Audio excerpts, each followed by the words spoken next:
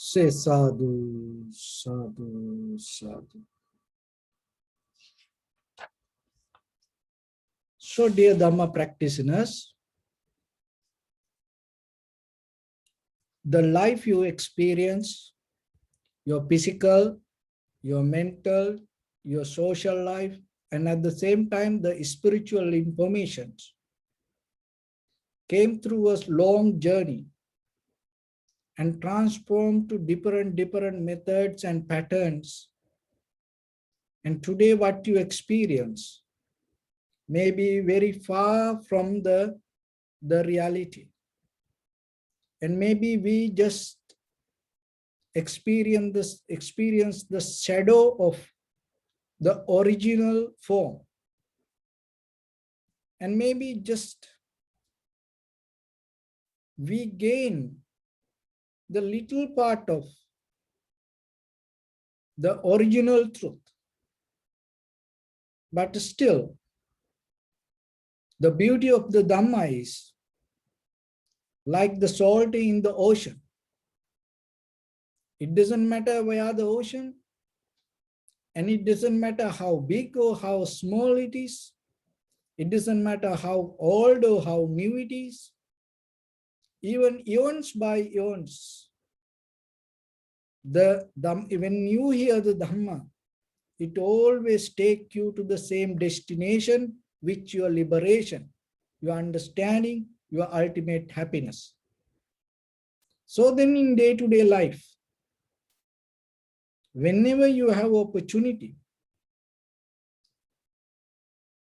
without any delay, always remember to cultivate and develop your spiritual path.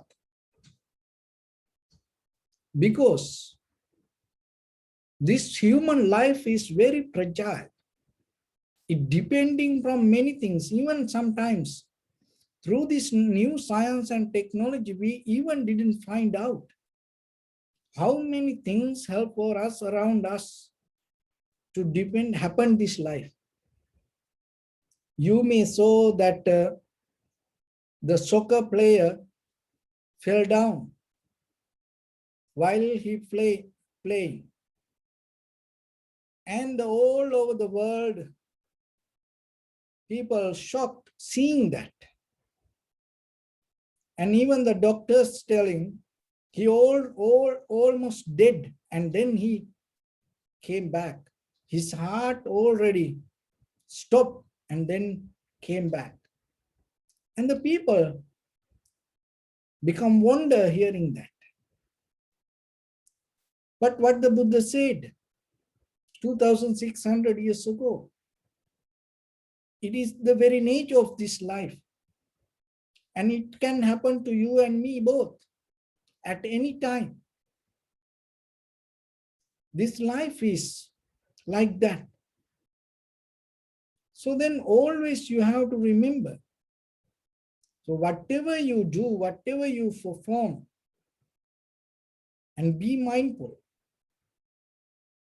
Bring your attention to that bodily or verbally or mentally action. Be very clear with that. Rather than depending on good or bad, remember to depend on awareness.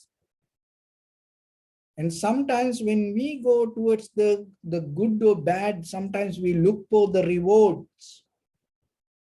We look for the initiation. We look for the validation. We look for the appreciation. We look for the satisfaction.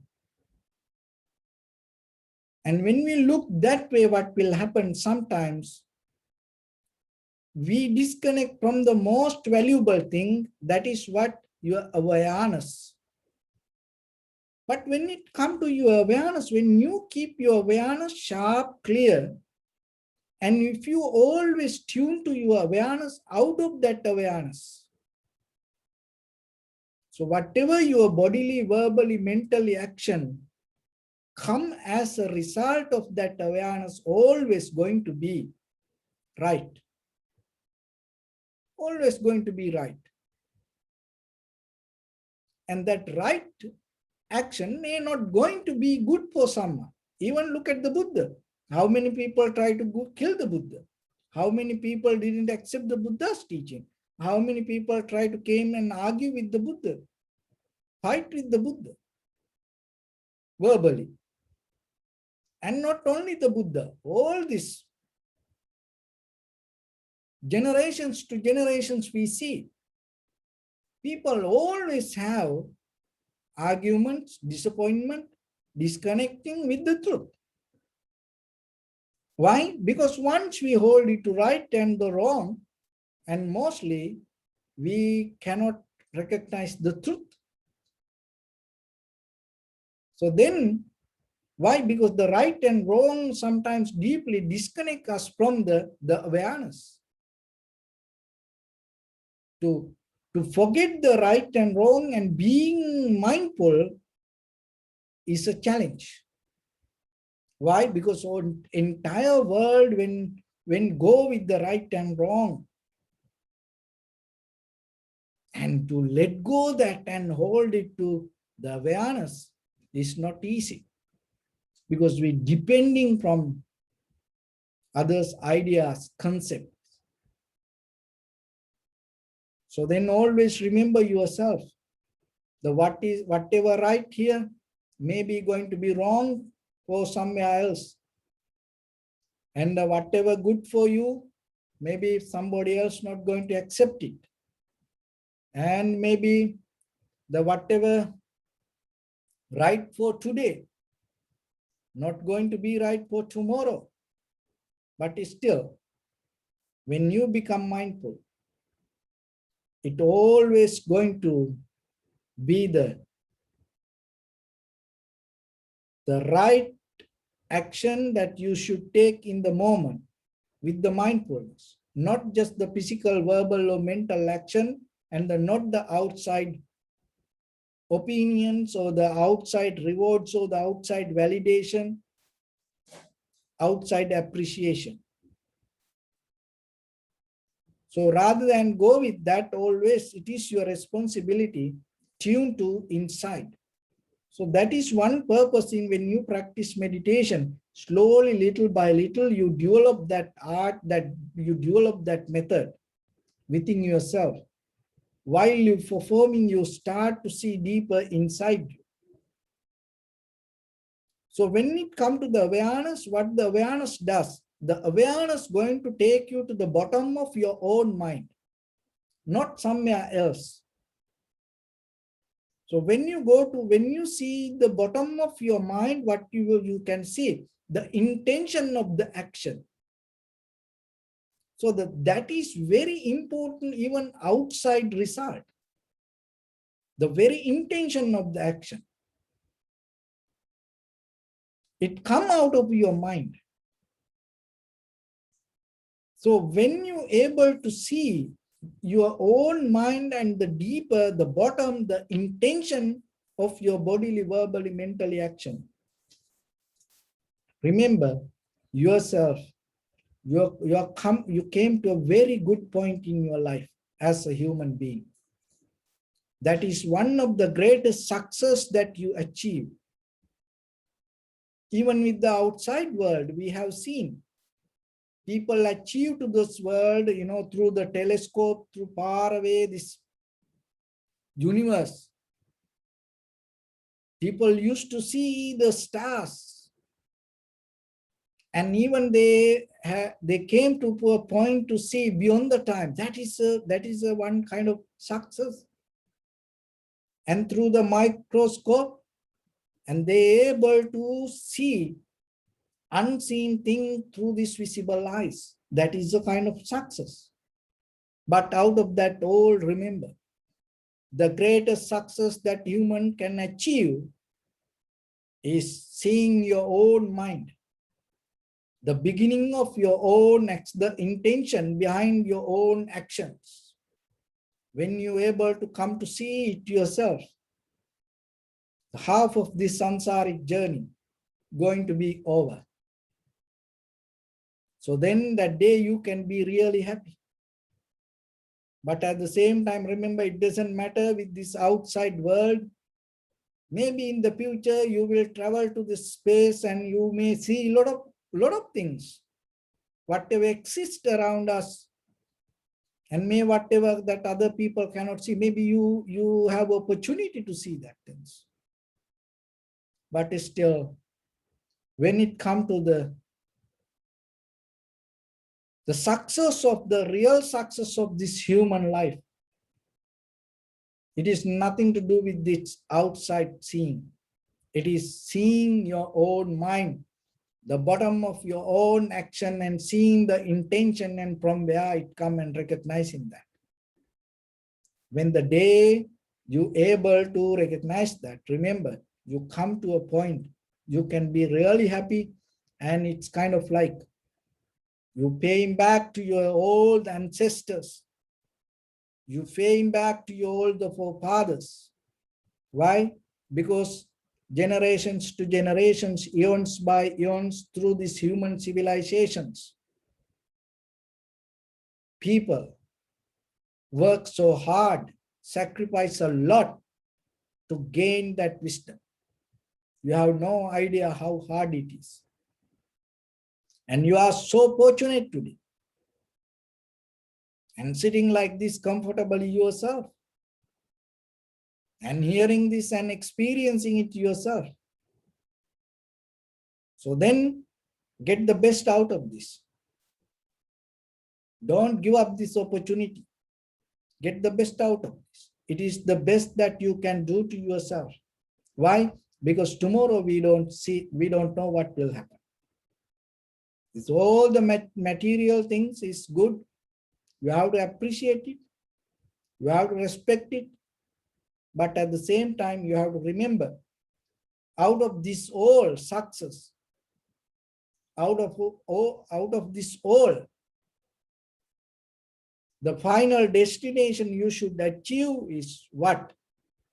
It is your own recognition, self-realization. What is the self-realization means? When a thought arises, seeing the bottom of that thought and recognizing the intention. It is not you. It is not a kind of like a unchangeable consciousness happening inside you. And it is not a someone else's decision or the wish.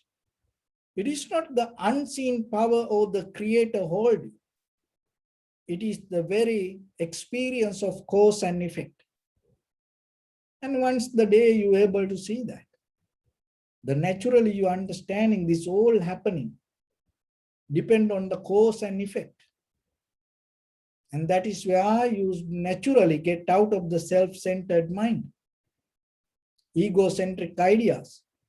When you get out of that self-centered mind or the egocentric mind, egocentric ideas, there is no way that you're going to hold things, grasping things, clinging to things, believing this is me, this is for me, this is for my future, like that. Why? Because you already know there is no me. So this is a process that you go step by step, step by step. When you walk in this path, this is a mental exercise that you practice, and at the same time you have to remember, when you go towards the truth, there are two paths. It's like the freeways, that sometimes it's two lines and sometimes two separate roads, westbound or the left, right and left, or the east and west. So like this, so like that, inhalation and exhalation. In the surface level, even though you can name the freeway or the highway or the road with the one name, it has two lines coming and going, also like that.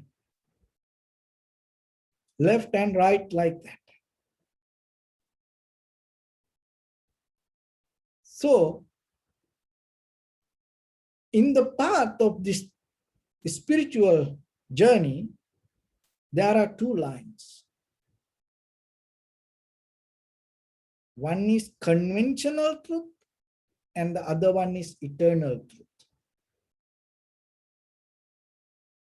So, neglecting conventional truth, you cannot go to eternal truth. So, neglecting the conventional experience, you cannot go to eternal experience. So, before you drop the conventional experience, you have to recognize it. Without recognizing it, with just neglecting the conventional experience, you will never go to eternal experience. The very reason is this. The eternal means the final or the fully 100% recognition of the conventional. So then you have to see it. But mostly when it comes to our spiritual practice, we neglect our conventional experience. So that's why sometimes observing inhalation, exhalation, oh, forget about inhalation, exhalation. I want to come to experience the nothingness. So without recognizing that there is something that you have, you cannot go to understand what is nothing.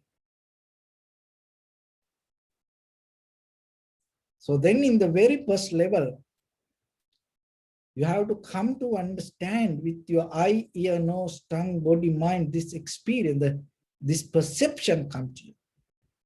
Accept it. That is the beauty of the human life, because there are some existence, they cannot experience this.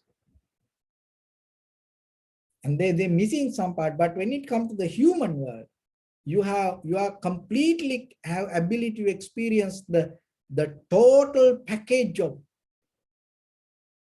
the existence. So then if you don't accept it, how you can experience it? So then if you cannot experience, how you can understand beyond it? So then in the very first level, remember to get into the conventional truth. So in the conventional truth, there are four important pillars, subjects that you have to understand. Neglecting this anything, you cannot go beyond this conventional truth. So when it comes to this conventional truth, to accept this conventional truth, one of the major important part Buddha's teaching is freedom of thought. Remember this. Freedom of thought. Freedom of knowledge. Freedom of understanding. So for that, basically, questioning, debating, discussing, gathering like this, listening is one of the major part in the Buddha's teaching. When you go towards your development of your liberation, in this conventional life, to cultivate your mind with this conventional truth, you have to go with this all the conventional facilities that provide us to develop the mind. So that is very necessary. So then when it comes to any teaching, any spiritual teachings, remember this. In the future, in case if you are maybe yourself, you will find a different path, or you go somewhere else, and you may come to another teacher, or maybe you will find a guru, your personal guru for you, or maybe you will become a guru to someone else, or like that. But remember these three measurements. If anybody tells you, if you really look for the truth, and if it is related to the Buddha's teaching, if it is related to someone else, something else, it doesn't matter. But when it comes to the Buddha's teaching, if anybody tells you, if it doesn't matter the high priest or the high priest or the, any world famous leader or the teacher or guru, it doesn't matter. Maybe, that person having 10 million, 20 million views, talks, or like that, maybe bestseller books, doesn't matter. Remember this.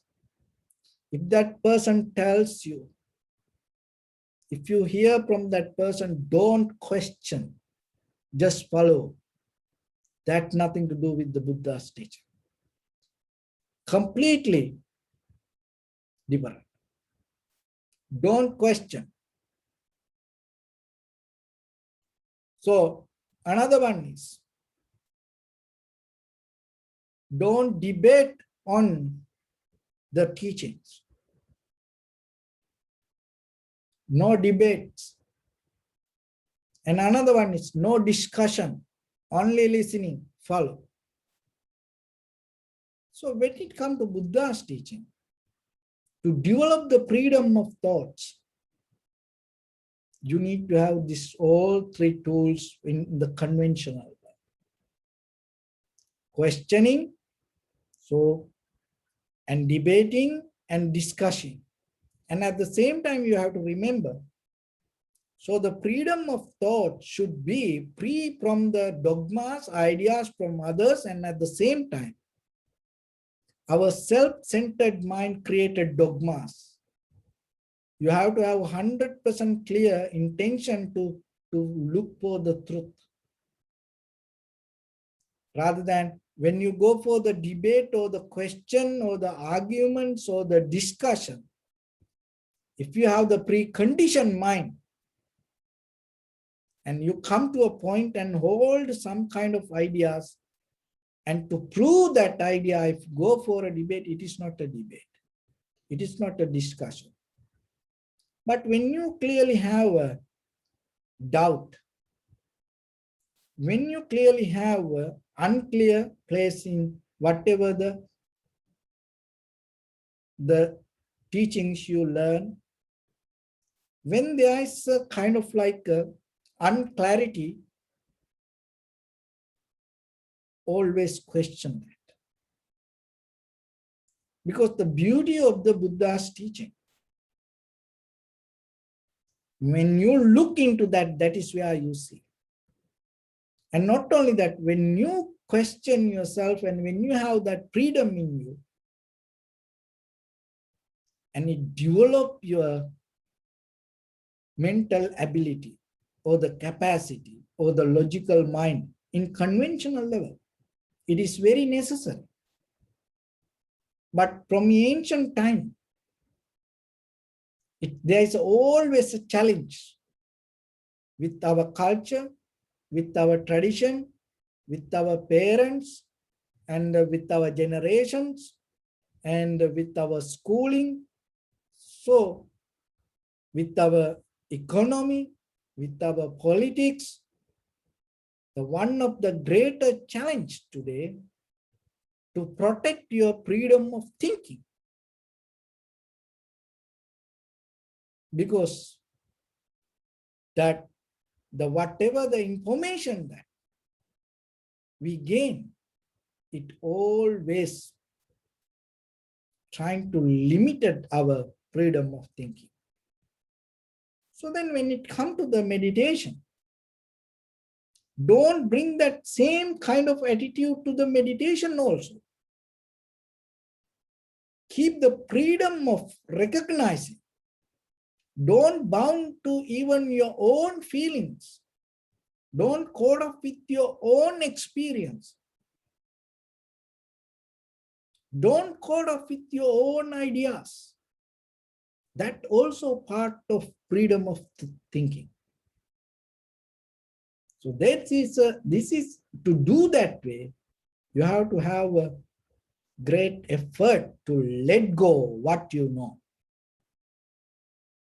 Especially when it comes to the little things that we believe.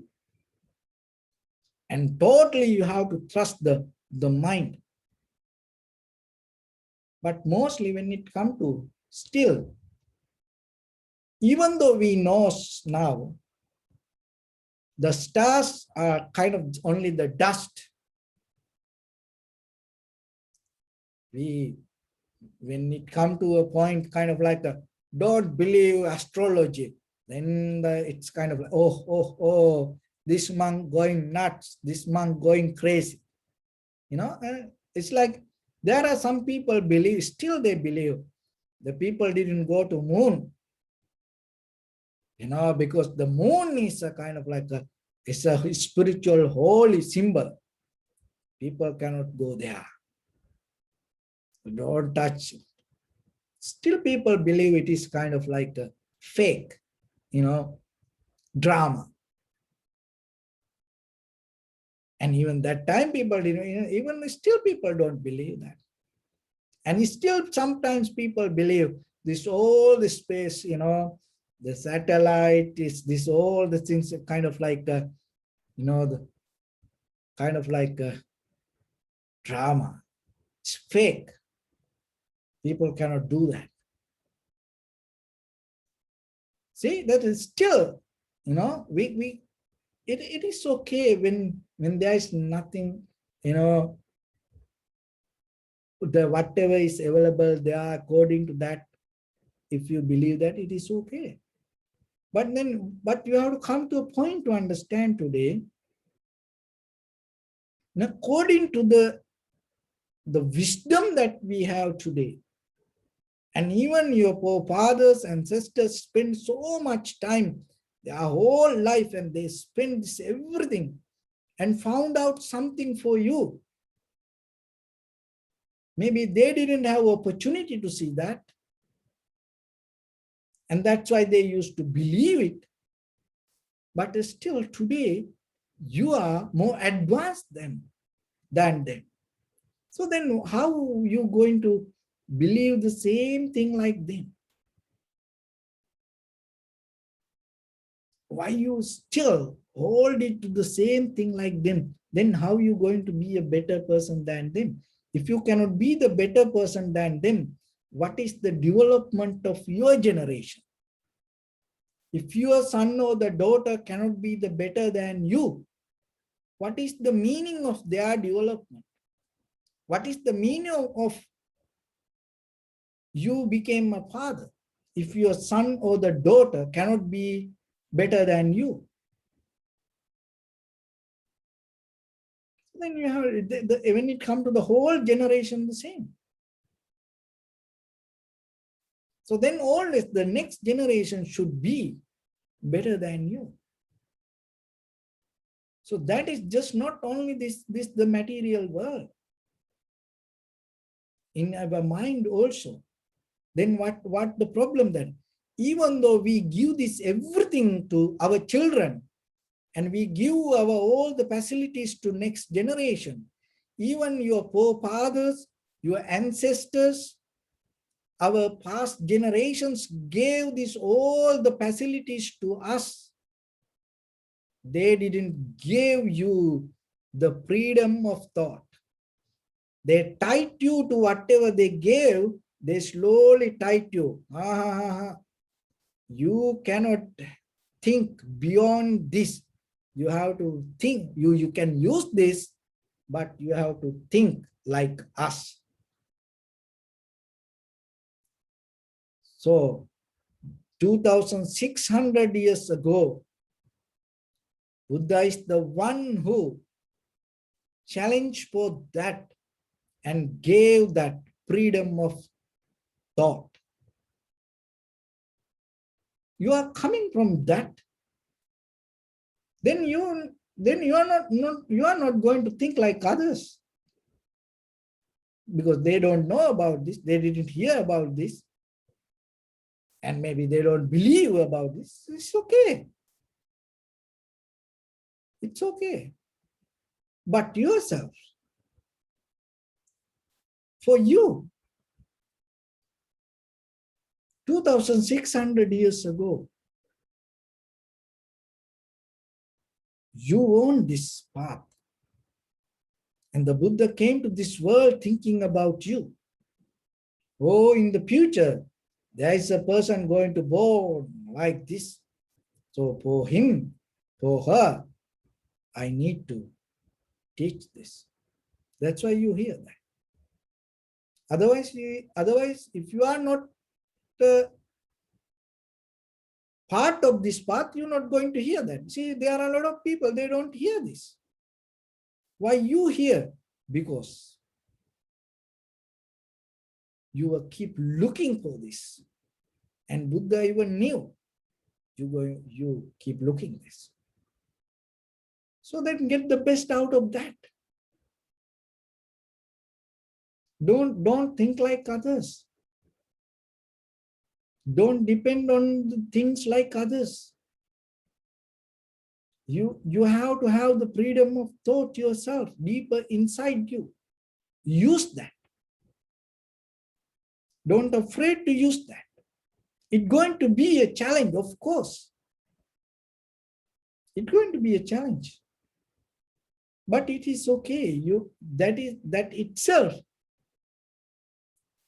giving you the faith and the beauty and the strength to go with it. Maybe somebody will criticize you. Maybe there are many difficulties come towards way. Maybe somebody will kill you. Why? Because you think free. But it is okay. Why? Because you not go with what is the right or wrong. You go with awareness. You go with the power of the mind. So then the first quality you always have to remember, the freedom of thought. So any teacher, any book, any documentary, try to limit your freedom of thought. Don't listen to it. It doesn't matter from where it comes. Don't listen to it. Don't allow anyone to get into that. That should be in the conventional life, when it comes to the knowledge, that should be your measurement. Is it, or if that person, or if that teaching, if that monk or the guru or the master allow you to develop freedom of thought, go with that person. Even the bull or the donkey like that try to help you to develop that freedom of thought, go with it. As you know, in the history, there are a lot of stories come with the animal, that all these animal stories, all these animal characters inherent this quality. If you look, what is that? It allow to keep the freedom of thought. See, but when it comes to the human world, we always trying to limit it. Why? Because the bottom line is all the economy, science, technology, religions, media, this everything governed by greed, hatred, or the delusion. That's right. When something governed by the greed, hatred, or the delusion, it always attacks to the freedom of thought. Second one, human dignity. So when it comes to the Buddha's teaching, it always try to protect the dignity of the humanity.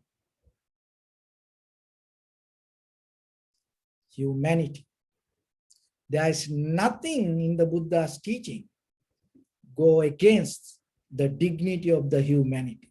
Remember that. If any teacher, if any monk, if any guru, if any book, if any documentary, if anything, try to teach you something go against the dignity of the humanity, it is very, very far away from the Buddha's teaching. Maybe it look like, maybe there is a name called the Buddha's teaching, or it look like a monk, but if it is challenge for the dignity of the humanity, it's nothing to do with the Buddha's teaching. So then when it comes to the conventional truth, always remember, keep that measurement. When it comes to the Buddha's teaching, through his whole life, 45 years, there is no any single moment he challenged for the human dignity. He always protect that. He always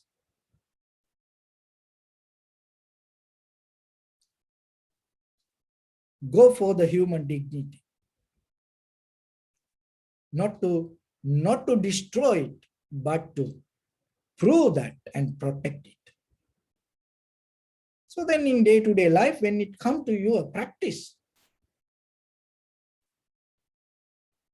remember that don't challenge for the human dignity. And it's totally different from the Buddha's teaching. And today, when it comes to the world, look at this artificial intelligence. It's the society. It's a kind of like a new trend. It's coming to having idea to challenge the human dignity. And even maybe your puppy or your cat or the dog or the animal, that whatever that you love, and maybe unknowingly you start to challenge to the human dignity, then you go wrong way. It is nothing wrong you having the cat or the dog or any animal you can love. But remember, never come to a point to challenge with that whatever the love you carry, never come to a point to challenge to the human dignity. That is totally different. So in the conventional truth, always remember with your practice to protect that. And look yourself and respect it. And that is where deeply your practice is going to become more real. Otherwise, it can become kind of like just a mental idea. So, the first one, freedom of thoughts. The second one, human dignity. The third quality, when it comes to the Buddha's teaching, gender equality. It's a big talk. It's, when it comes to today. Men's right, women's right. Many other genders now keep coming. Day by day, there are new genders. But when it comes to this is spiritual path, it's nothing to do with your gender. Doesn't matter. You are a man or you are a woman. You both have the same abilities. So look at it, even today, people couldn't get it that. But 2,600 years ago, Buddha is the one who declared that.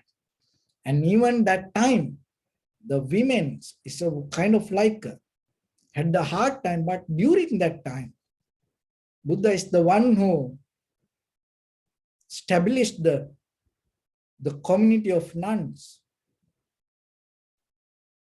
And then there are a lot of women attained to enlightenment. The kings, the millionaires, the many Brahman, and they used to keep the women in their kind of like their servant. But once they attain to the enlightenment, the king, the millionaires, Brahman came and knee down and worship the women. It was kind of like for the society it couldn't handle. Even still in the society, look at after these generations, still it is exist. But when it comes to the community of Sangha,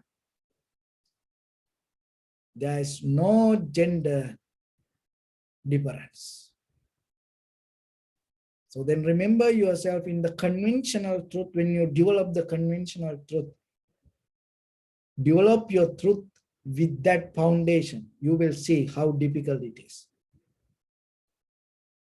How difficult it is. Why? Because everywhere, that hierarchy, that divisions, and all this, everything. Why? Because we still depend on the greed, hatred, and the delusion. So then look at yourself. When if there is a community exists with the freedom of thinking, if there is a community exists with the dignity of humanity, if there is the community exists with the gender freedom, the equality, how beautiful it is, and how strong it is, how comfortable it is. Another thing is the fourth one, human freedom. So look at after this many thousand years, where we are still. Even in the society, through this politics and economy, and we trying to develop the society as kind of like we developing a slavery, human, and people become kind of like a slave. In the ancient time, there was a system, both men and women both entered the slavery. In rich household, to have, to earn some money. It was very common. The poor people go and work for the rich people. And as you know, in the human history, the slavery was not a small thing. It was a kind of like a huge part play in this, human history. But today, how is still that it can be in this society? So even though when it comes to this conventional truth, remember still, all the four things keep happening. There is no freedom of thought. There is no human dignity. There is no gender equality. There is no human freedom. And while you and me and having this discussion like this, you know how many, still the human trafficking happening around the world and sex trafficking happening around the world. It is innocent children, everywhere, all these rich people and selling human to sex. Oh, and some other thing is mainly for the organs. Oh, most of the terrorist group today and sell all these young, healthy, innocent children to the rich families, and which we call rich countries for the the human organs, kidneys, lungs, heart, and then this with this advanced science and technology, they slowly, in somewhere secretly in a room, they kill the person and take the organs and transplant to it to rich people. That is how we use mostly this science and technology. See that, but during Buddha's time, there were many slaves got the freedom, and there was a woman, that the one servant girl called Rajumala, and she had a beautiful hair, and that the rich woman was so angry about this servant girl for her hair, and she got so jealous, and then she cut her hair and shaved her head. And then finally this Rajumala and tried to suicide. So the Buddha went to her and rescued her from that mental state, depression that she had, and gave the freedom. And there were many kind of Sunita. So one salvage boy, and he used to do cleaning the road and cleaning the toilets. But the Buddha went and bring the Sunita to the community of the Sangha. The very next day, the millionaires, the king worshipped this, knee down and worship. Rather was the beggar the very next day, and the people came to and knee down. Angulimala, the king and the army and everybody, and went and looked for Angulimala to kill. But very next day, everybody knee down and worship. See, the transformation happened, giving the human freedom because of the human dignity. So then remember yourself.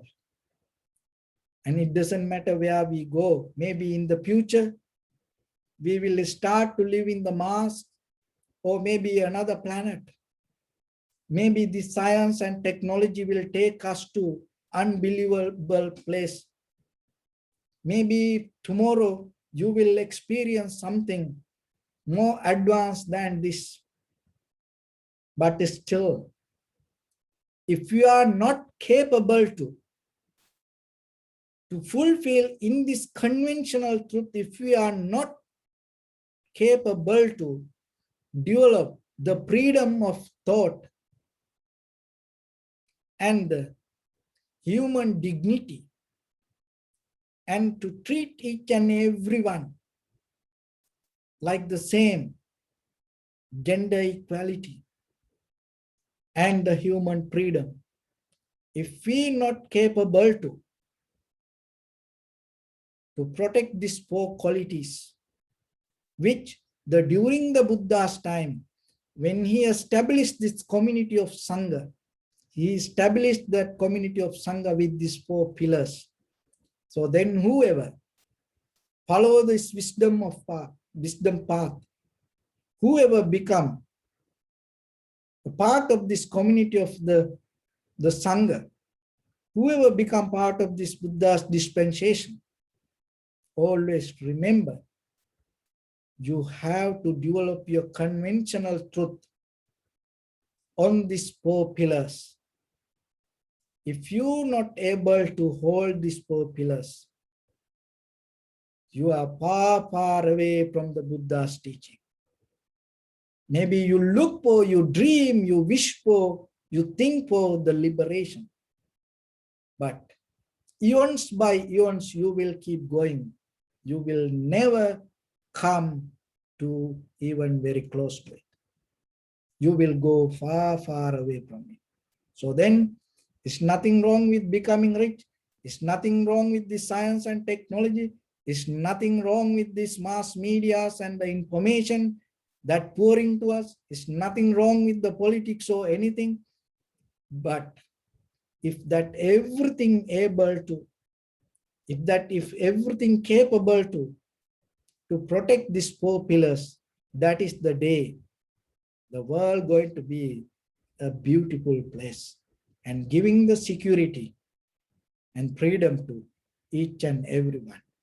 When the human life become fulfilled and success with these spiritual world qualities, as a result of that, the all living beings going to be protected. So that is the day this entire universe going to be well and happy. So with that, I bless upon everyone. With this good practice, may all of you be well, happy and peaceful. May no harm come to you, may no difficulties come to you, may no problems come to you. May you also have the patience, courage, understanding and determination to meet and overcome inevitable difficulties in your life. During this time period, may everyone stay healthy and safe. And finally, may all of you attain supreme bliss of Nibbana. Sabbityo vajjantu sabbarogo vinassatu mate bhavatantarayo sukhi digayuko bhava. Ittavata cha ammihi sampadam punya sampadam sabbe devanumodantu sabba sabbati siddhya sabbe bhutanumodantu sabba sampatti siddhya sabbe satta anumodantu sabba sampatti siddhya idam me punya kammang asavakkaya vahang hotu sabba dukkha pamuncatu. Blessed.